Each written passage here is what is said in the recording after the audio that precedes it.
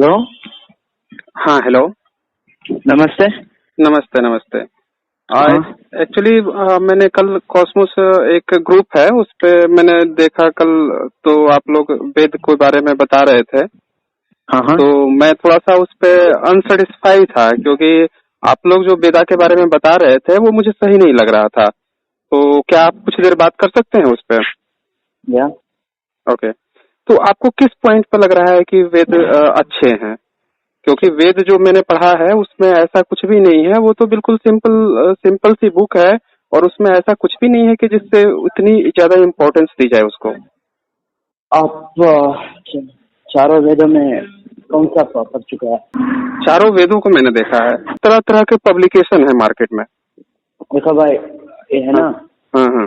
कुछ लोग रहते हैं, वो लोग क्या करते हैं, जो लोग एथिस्ट रहता है और एंटी हिंदू रहता है ना, बट कुछ नहीं लोग नहीं रहते नहीं, हैं एथिस्ट और एंटी हिंदू में अलग अलग अलग टर्म है। हाँ, एक मिनट दोनों। हाँ हाँ। वो लोग क्या करते हैं, ऐसा है ना, वेद इनमें से उनका ही एक वर्ड था, एक्स्ट्रा पॉइंट ऐड करके पब्लिश करता है। मैंने बहुत देखा है जैसे लोगों को। नहीं नहीं, अगर वेदा जो है इनके जितने भी पब्लिकेशन है वो सारे पब्लिकेशन ब्राह्मणों के ही हैं। जितने भी ट्रांसलेटर हैं वो सारे के सारे ब्राह्मण हैं।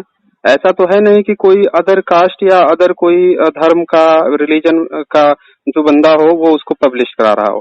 आप जाकर उठा के देख लीजिए, चाहे अजमेर पब्लिकेशन हो, इलाहाबाद का हो, बनारसी का हो, दिल्ली का हो, मेरठ का हो, सारे के सारे पब्लिकेशन जो है, जो टीकाकार है वो सारे ब्राह्मण हैं।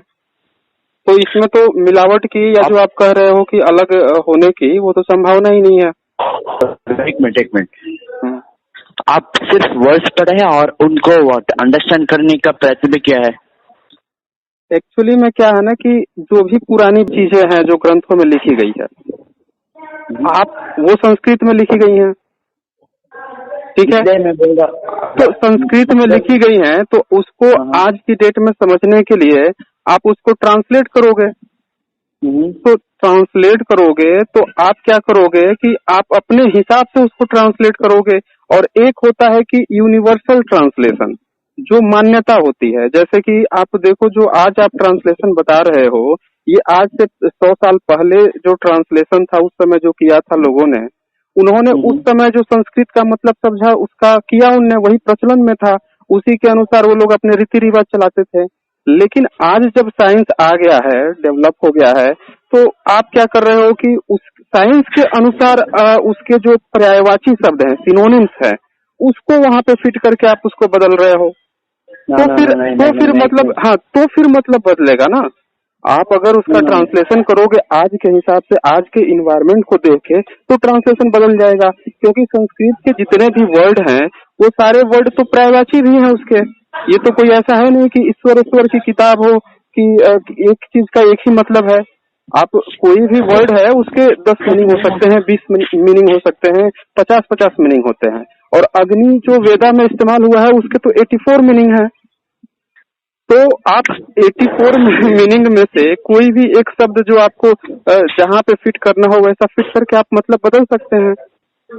तो आप ऐसा थोड़ी करेंगे, आप ऐसा करेंगे ना कि जो प्रचलन में हो, जो सभी लोग जिस पे राजी हो, सभी पब्लिकेशन जो मान रहे हो, एक यूनिवर्सल फैक्ट, अगल बगल के जो मंत्र हैं उसके, उन सबको देखकर एक जो राय निकल रही हो, उसके अनुसार आप उसको कहेंगे ना कि ये इसका वास्तविक मतलब है। नो। देखो भाई, संस्कृत में जो एक शब्द है ना, उनपे सिर्फ 2 to 3 मीनिंग्स होता है। इंग्लिश में ना बहुत ज्यादा मीनिंग्स है, पर वेदास इंग्लिश में नहीं, संस्कृत में है। और आपको गायत्री मंत्र पता है ना? हाँ, गायत्री मंत्र भी मुझे पता है। गायत्री मंत्र तो काफी बाद में आया है। हाँ, गायत्री मंत्र तो काफी बाद में आया है। संस्कृत भाषा भी बहुत ज्यादा पुरानी थोड़ी ही है। तो उसका इतिहास उठा कर देखोगे आप, तो जो संस्कृत उसमें इस्तेमाल की गई है वेद लिखने में या रामायण महाभारत में लिखने में जो इस्तेमाल की गई है, वो तो काफी बहुत ज्यादा पुरानी नहीं है। 1000 साल के अंदर की है वो Sanskrit. No. People say the Tamil is very oldest language according to the scripts found, but Sanskrit है ना, उसका देखिए, ओल्ड स्क्रिप्ट अभी तक नहीं मिली एक है। आप बात को समझे, एक बात को आप समझे, किसी भी हाँ। बात को कहने के लिए आपको प्रमाण की जरूरत होती है, सबूत, एविडेंस की जरूरत होती है। वही मैं बोल रहा हूँ, वही वही। आपको तो ये बात पता होगा कि ऋग्वेद को या वेदा को सबसे पुराना स्क्रिप्चर माना गया है वर्ल्ड में, आपको तो ये बात पता होगी। माना गया है ना, तो ये भी आपको पता होगा कि उसका जो सबूत दिया गया है वो कितना पुराना दिया गया है। ये बात तो आपको पता होगी, अगर नहीं होगी तो मैं बता देता हूँ, आप बता दीजिए कहे तो। अच्छा भाई, आपको ये पता है ना व्हाट कैलाशनाथ टेम्पल पता है ना? हाँ हाँ, वो उस पर ही बात करेंगे। पहले मैं आपको बता देता हूँ कि जो सबूत दिया गया है, यूनेस्को ने उसको वर्ल्ड का सबसे पुराना स्क्रिप्चर माना है। उसका आप पेज UNESCO.org खोलेंगे तो वहाँ पे आपको मिल जाएगा। उसमें साफ साफ लिखा हुआ है कि 30 मैन्युस्क्रिप्ट दी गई थी और नॉमिनेशन फॉर्म में, जिसमें से सबसे पुराना जो था भोजपत्र पे वो 1464 AD, यानी कि 550 साल से भी कम पुराना है। तो इतना कम पुराना जो है एविडेंस दिया जा रहा है लिखित के रूप में। दूसरी चीज कि जो आपकी वेदा है वो तो लिपि भी आप देखोगे ना किस लिपि में लिखी गई है, और वो लिपि कितनी पुरानी है। तो लिपि जो है वो भी तो आपके देवनागरी लिपि है ना, और देवनागरी लिपि तो 1000 साल से भी कम पुरानी है। तो आप ये कैसे कहेंगे कि वो बहुत ज्यादा पुरानी है? उसका तो कोई सबूत होना चाहिए ना। अच्छा, I will be back to this point, right. आपको वराहमिहिर के व्हाट सूर्य सिद्धांत पता है ना?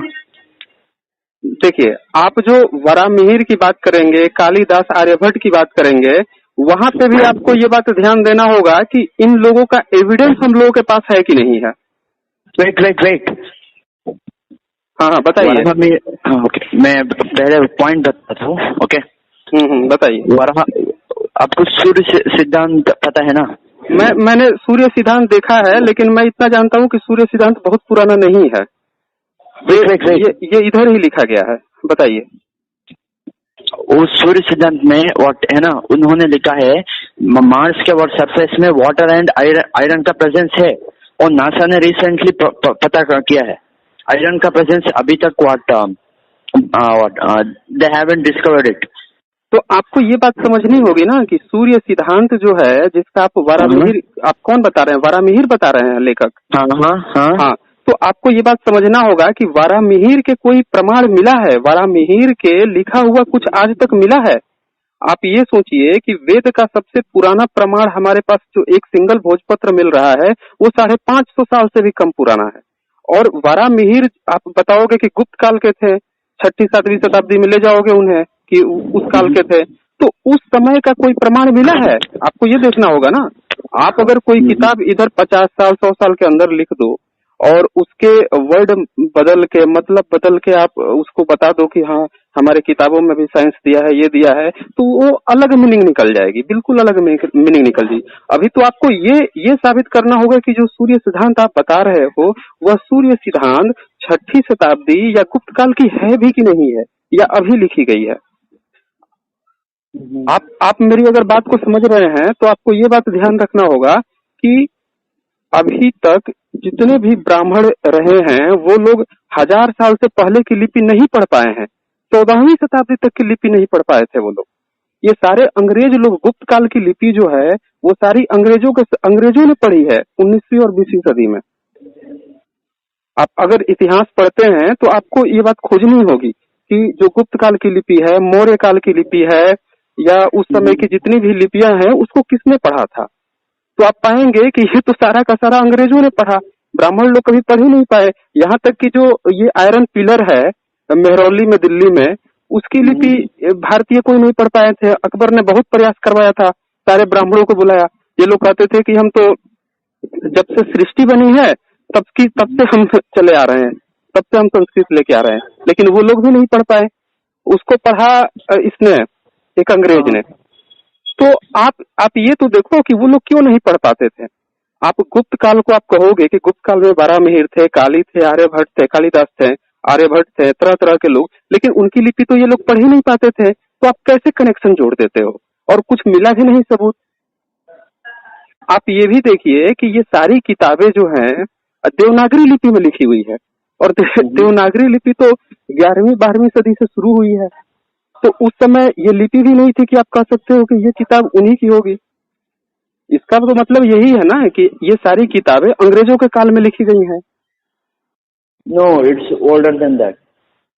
आप कैसे कैसे साबित करेंगे? आप यही तो बताओ ना हमें, कैसे आप साबित करोगे कि उनसे पुरानी है? हाँ, आपने बताया जो पॉइंट्स है ना, मैंने समझा है उसको। आप एक काम करिए, उसको व्हाट शॉर्ट में लिखकर can you send me a message? नहीं, आप चाहे तो कॉल को रिकॉर्ड कर लीजिए, कोई दिक्कत नहीं है। आप रिकॉर्ड कर लीजिए, फिर सुन लीजिएगा, जो भी पॉइंट्स उठ रहे हैं उसको आप मुझे क्लियर कर दीजिएगा, ठीक है?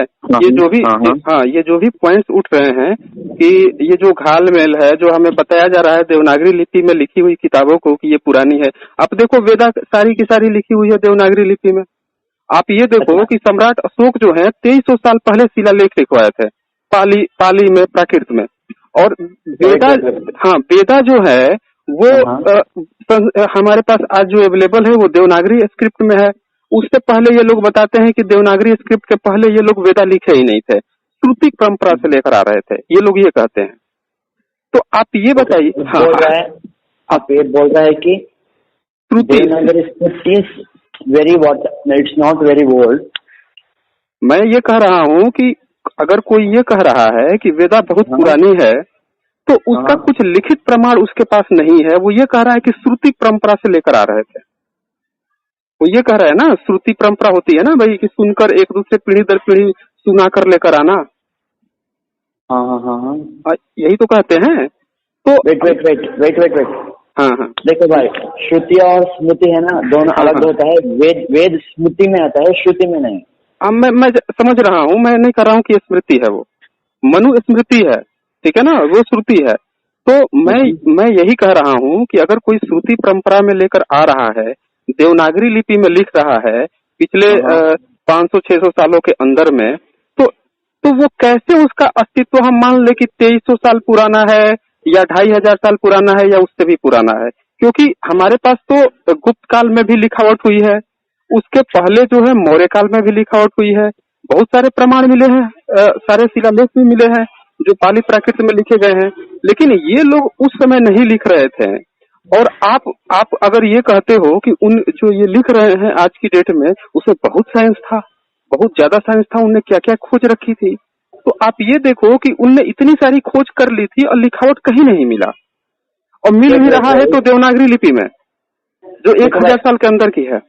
वो है ना Islamic invaders, they have what, as you know, उन्होंने पूरा व्हाट नालंदा और यूनिवर्सिटी, दो तीन सारे प्राचीन यूनिवर्सिटी को, लाइब्रेरी को पूरा जलाया गया है। एक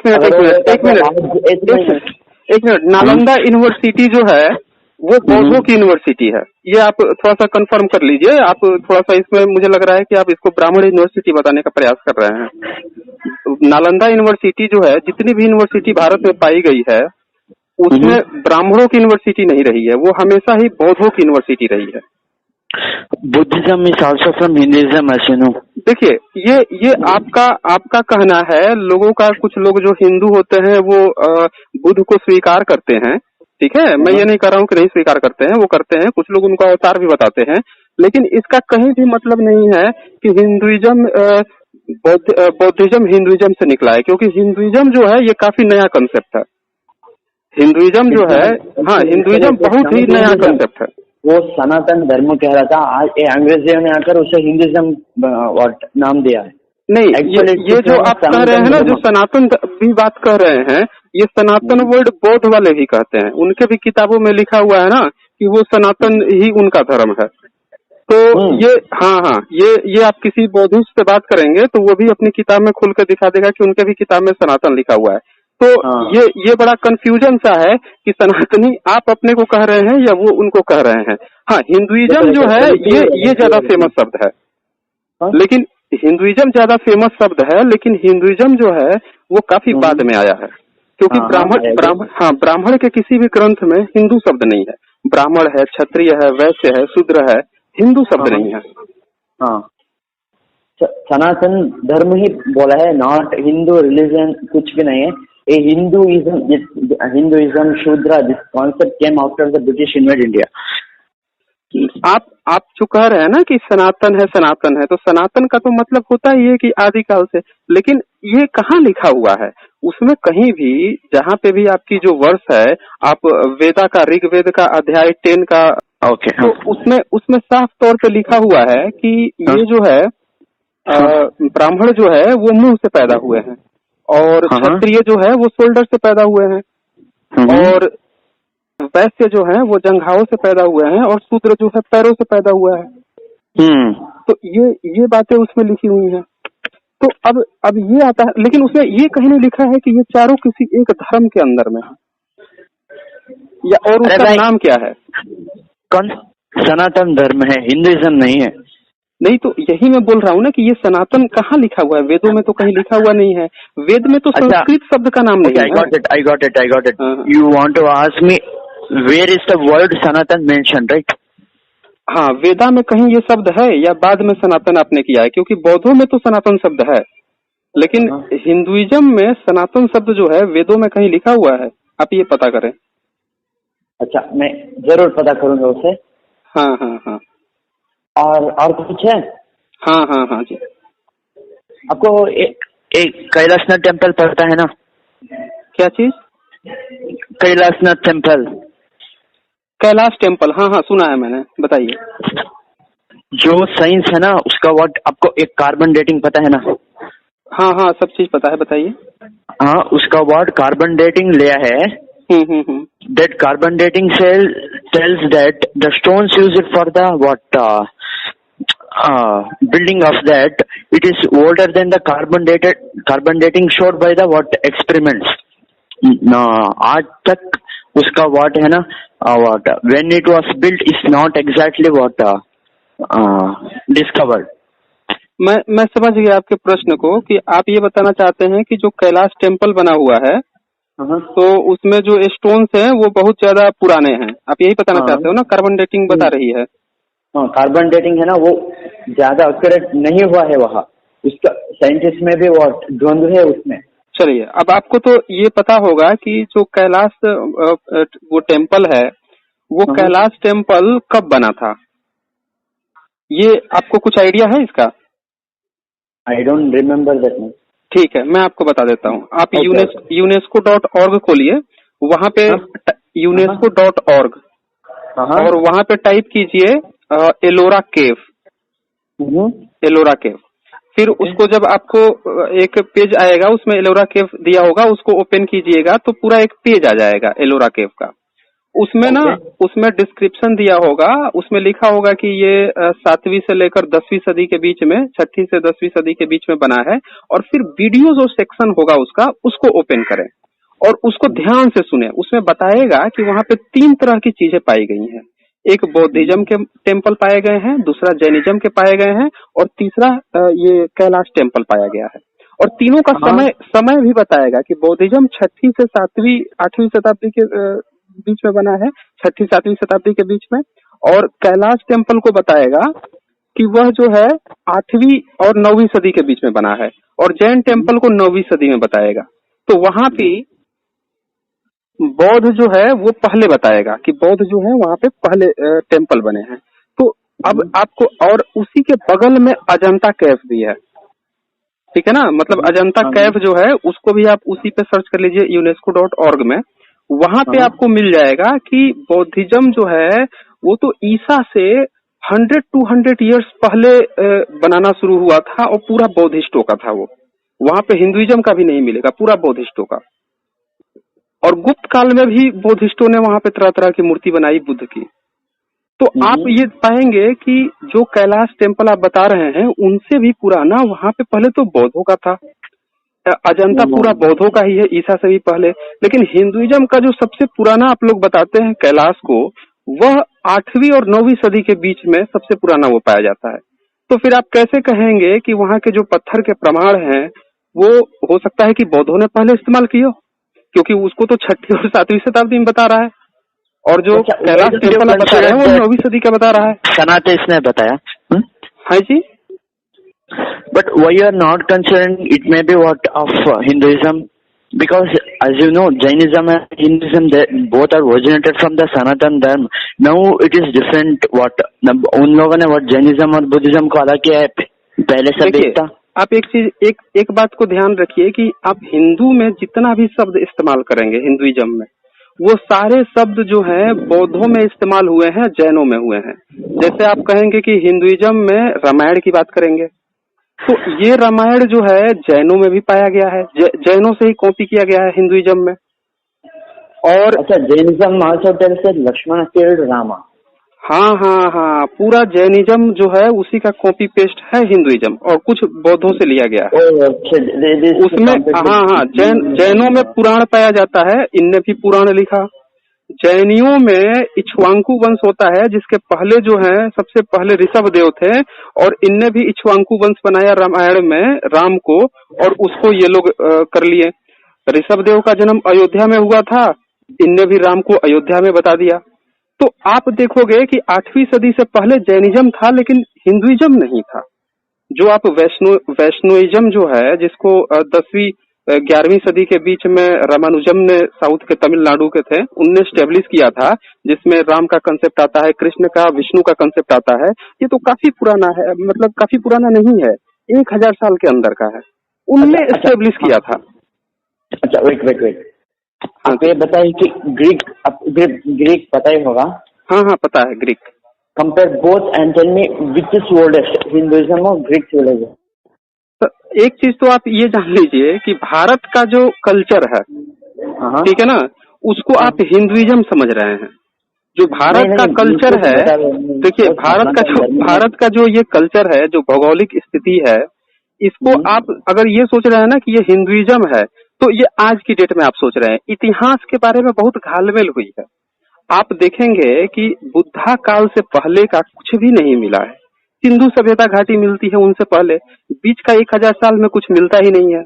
और सिंधु सभ्यता घाटी में बहुत सारी अफवाहें लोगों ने, जिनके धर्म है, सब अपने धर्म से उसको जोड़ते हैं, हालांकि उसका कुछ प्रमाण कुछ मिलता नहीं है।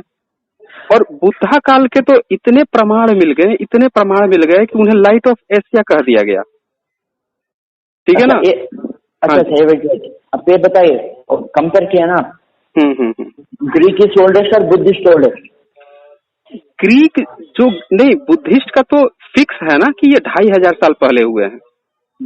बुद्धिस्ट का तो फिक्स है कि ये 2500 साल पहले हैं। हालांकि वो लोग मानते हैं कि उनके और भी 28 बुद्ध हुए हैं, कौन कौन हुए हैं आई डोंट नो। लेकिन ये जो है, जो ग्रीक मैथोलॉजी से आप कंपेयर कर रहे हैं, तो ग्रीक मैथोलॉजी तो उसके एविडेंस पाए गए हैं, उसके तो 3000 साल भी पुराने पाए गए हैं।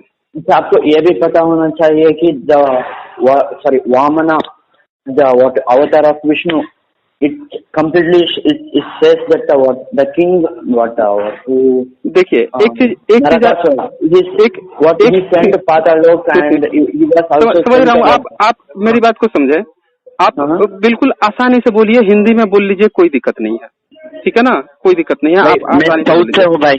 मैं साउथ से हो, ओके, कोई बात नहीं है। तो आप इंग्लिश में भी बोलिए, और जो हो सके वो हिंदी में भी बोलिए। ओके। अरे आपको ये पता है ना, वामन अवतार ये सारी चीजें पता है मुझे। अवतार सिस्टम तो इनकी देन है ना, वैष्णोइज्म की देन है ये तो। सैविज्म, हाँ, वैष्णो जो धर्म है ना, वैष्णोइज्म, उनकी देन है। उन्हीं में आता है वामन अवतार, ये सारे अवतार कंसेप्ट इनमें नहीं आता। जो सैविज्म है उनमें नहीं आता, शक्तिज्म में भी नहीं आता। ये सिर्फ और सिर्फ वैष्णोइज्म में आता है, जिससे हिंदुइज्म का एक पार्ट बना गया है। अरे भाई, सब हिंदुइज्म सनातन में ही आता है। आज ये लोग झगड़ा करके और शैविज्म, शक्ता, शैव और है ना वैष्णव, ये सबको अलग ये लोग कर रहा है। नहीं, ये जो है, ये तीनों अलग अलग थे, बाद में मिले हैं। इन तीनों जो है ना, हाँ, ये शुरू से ही, ये जब बौद्धिज्म खत्म हुआ है तब इन तीनों में उभार हुआ, तभी ये तीनों उभरे हैं। हाँ, बिल्कुल। क्योंकि शंकराचार्य से पहले आप एक सिंगल एविडेंस दे दीजिए कि कहीं पे भी भारत में ब्रह्मा, विष्णु, महेश को कोई जानता होगा। एक सिंगल एविडेंस आज तक नहीं मिला है शंकराचार्य से पहले। हाँ, और शंकराचार्य से पहले हिंदू मंदिर, शंकराचार्य से पहले एक भी हिंदू मंदिर नहीं मिला है भारत में। I will tell. आपको काशी पीठ पता है ना? क्या चीज? काशी पीठ। काशी पीठ पता है मुझे। शारदा पीठ पता है ना? हाँ हाँ पता है पता है। कश्मीर में है। क्या चीज है? कश्मीर में है शारदा हाँ। माता की टेम्पल। हाँ हाँ पता है बताइए। Sharada is also describe as Kashmir पुरवासिनी। नहीं देखिए, आप कब कब का बताना चाहते हैं उसे? कितना? Wait I will tell. बताए। आप बोल रहे हैं कि शंकराचार्य के पहले कोई भी टेम्पल नहीं मिला। हाँ, कोई भी भारत में कोई भी टेम्पल नहीं मिला है सिवाय बौद्धिज्म और जैनिज्म के। There was still a temple, but it was completely destroyed. It is in the borders of Pakistan and India. नहीं, एक मिनट। मैं पूरा ठीक है, आप पूरा बोल लो आप। वहाँ का दो द्वार था। आपको एक चारों दिशा पता है ना? हाँ चारों दिशा पता है मुझे। हाँ, एक द्वार बना गया था वहाँ। इस टेम्पल में 3 द्वार खुला था, north, west and east. South का द्वार शंकराचार्य से पहले खुला था नहीं, क्योंकि साउथ से कोई भी है ना पंडित नहीं आया था वहाँ, इसलिए वो द्वार सिर्फ क्लोज था। जब शंकराचार्य जाकर उसका सारे पंडित को उनके नॉलेज से हराया, तभी वो ओपन हुआ। आपको ये बात पता है कि जो शंकराचार्य हैं उनका मत क्या था? किस मत से थे वो? उनका जो सिद्धांत था वो क्या था? अद्वैत। हाँ, अद्वैत था। अद्वैत में एक सीधा सा कंसेप्ट है कि उसमें भी कोई वो नहीं है, जो भौतिक चीजें हैं उनको लेकर नहीं है, बल्कि यह बात है कि सिर्फ ब्रह्म सत्य है, बाकी सब चीज मिथ्या है। ठीक है ना? ये बात है। उसमें ये कहीं भी नहीं है कि उनने हिंदुइज्म की एस्टेब्लिश की, ये की वो की। हाँ, उनके बाद से वहां से शिवलिंग की स्थापना, जो शैवपंथी थे, ये शंकराचार्य को ही माना जाता है कि इनके बाद से शिवलिंग की शुरुआत हो गई। लोग जो है शिवलिंग बनाने लगे, इसीलिए पुराणों में लिखा गया कि शिव जो है सबसे पुराने हैं, और वहीं से शिवलिंग की शुरुआत हुई। हाँ, शिवलिंग उससे पहले नहीं पाया गया, और कोई मूर्ति नहीं पाई गई है। कोई भी ब्रह्मा विष्णु महेश की कोई मूर्ति नहीं पाई गई है उनसे पहले। ब्रह्म की मूर्ति आज भी it is not available in earth. वो तो उनके बारे में बहुत सारी कहानियां हैं ब्रह्मा के बारे में। कुछ लोग कहते हैं कि अब्राहम ही ब्रह्मा है, ऐसा भी कुछ लोगों का मानना है। हालांकि इस पे विवाद होते रहता है, लेकिन जो भी हो, क्योंकि अब्राहम की भी पूजा वूजा नहीं होती है, यहूदी लोग वो नहीं मानते, मूर्ति पूजा नहीं करते। खैर जो भी हो, लेकिन सवाल यह है कि हिंदुइज्म का कोई प्रमाण क्यों नहीं मिलता? ब्राह्मण युग ये कहता है कि हमने हजारों सालों से, लाखों सालों से रामायण लेकर आ रहे हैं, महाभारत लेके आ रहे हैं, वेद लेके आ रहे हैं, उसके पास कोई एक सिंगल प्रमाण नहीं। और जो किताबें वो हमें दिखा रहा है वो देवनागरी लिपि की, जो पिछले 500 सालों के अंदर लिखी गई है, 600 सालों के अंदर लिखी गई है।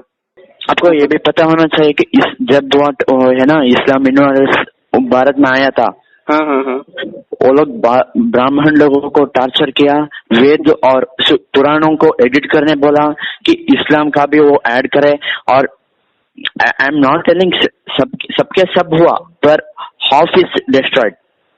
मतलब आप ये कहना चाहते हो कि इस्लाम ने ये वेद को, ऋग्वेद को, सबको टॉर्चर करके बदलवा दिया, आप ये बताना चाहते हैं? कुछ पुराणों और है ना ग्रंथ उन लोगों में पुराण को देखिए, एक बात आप ये समझ लो कि पूरे दुनिया में जो मुगल सल्तनत है वो चारों तरफ फैली, ठीक है ना, चारों तरफ फैली, हर जगह गई, और कहीं भी किसी में भी उसने किसी को बदलवाया नहीं। हाँ, उसने एक काम किया कि वहां के लोगों को मारा, काटा, कब्जा कर लिया और पूरे देश को ही हथिया लिया। उसने किसी के धर्म ग्रंथ को बदलने, वो तो सीधे जला देते हैं, खत्म कर देते हैं, उनके टेम्पल्स को सबको तोड़ ताड़ के मस्जिद बना देते हैं। किसी को एडिट करके जिंदा क्यों रखेंगे? उनका तो उद्देश्य ही कि सब खत्म करो, सब अल्लाह की देन है, सबको मुस्लिम बनाओ। वो किसी को ब्राह्मण ही क्यों रहने देंगे?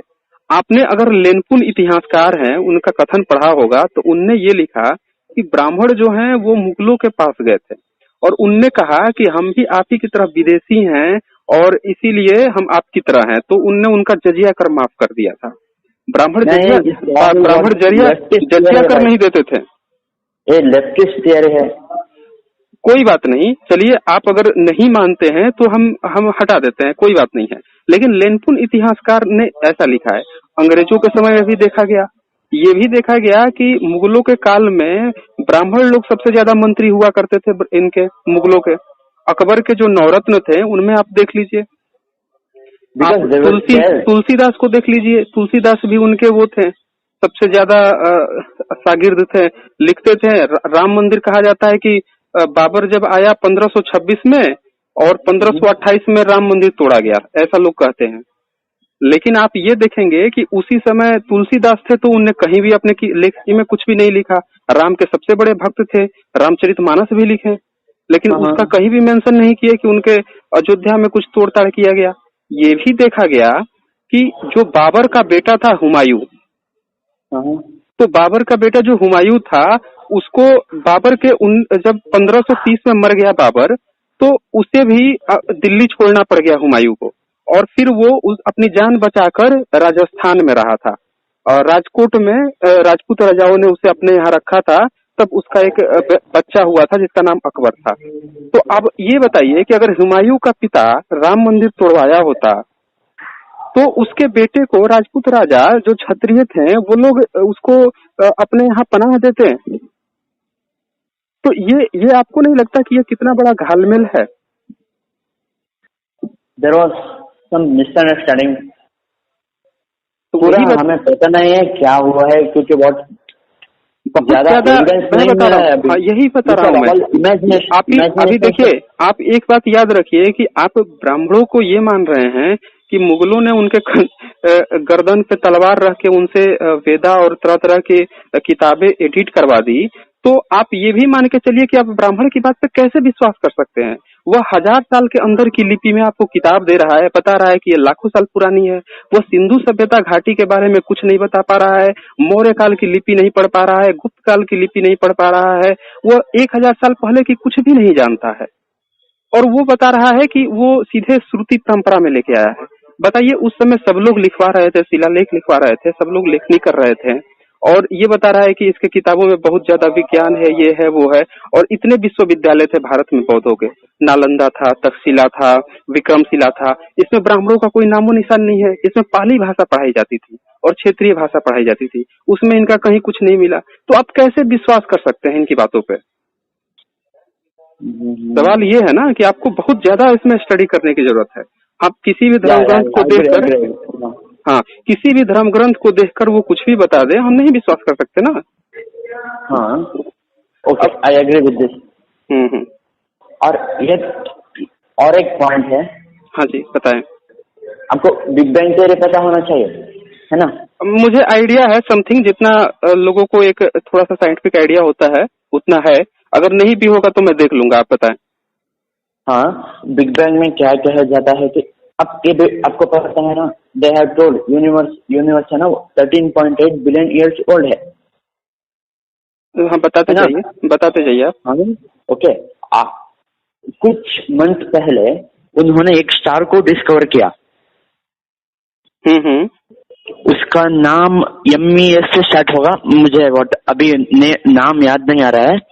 उसका व्हाट रेडिएशंस वगैरह कुछ वो लोग तरीका है ना, उससे पता चल गया कि उसका what as 14.8 billion years old है।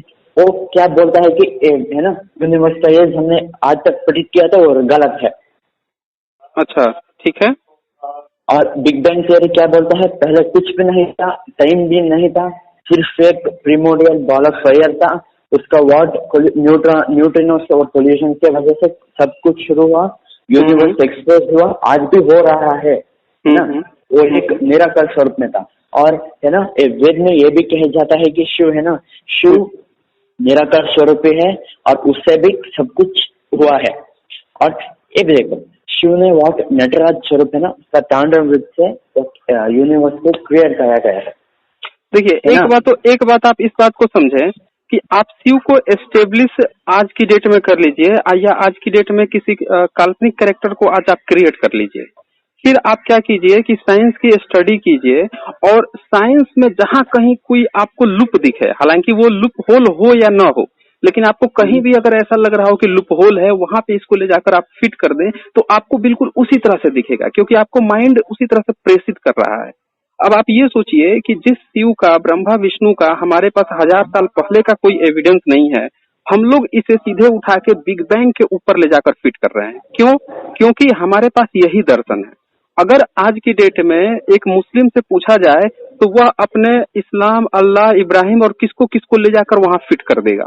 एक क्रिश्चियन को पूछा जाए तो वो भी अपना कुछ जोड़ तोड़कर फिट कर देगा। लेकिन सच्चाई यह है कि जो साइंस है हमें उसी के अनुसार चलना होगा। हमें किसी भी इस तरह की चीजें जिनका कोई एविडेंस नहीं है, प्रमाण नहीं है, शिव का क्या प्रमाण है? कोई प्रमाण नहीं है। हम तो अपने तरफ से फिट करने की कोशिश कर रहे हैं ना, कुछ लोगों की बातें सुनकर कर रहे हैं। हमारे पास तो ऐसा कोई एविडेंस नहीं है, साइंस भी नहीं बोला है।